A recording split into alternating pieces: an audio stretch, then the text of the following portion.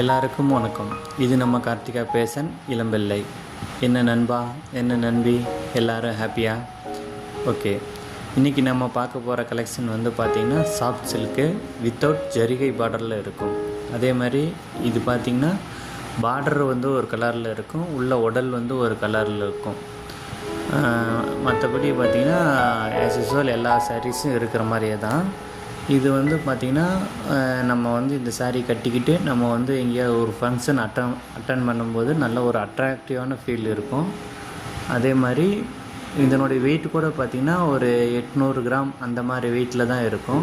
நல்ல ஒரு லுக்கபுளான கலெக்ஷன் தான்.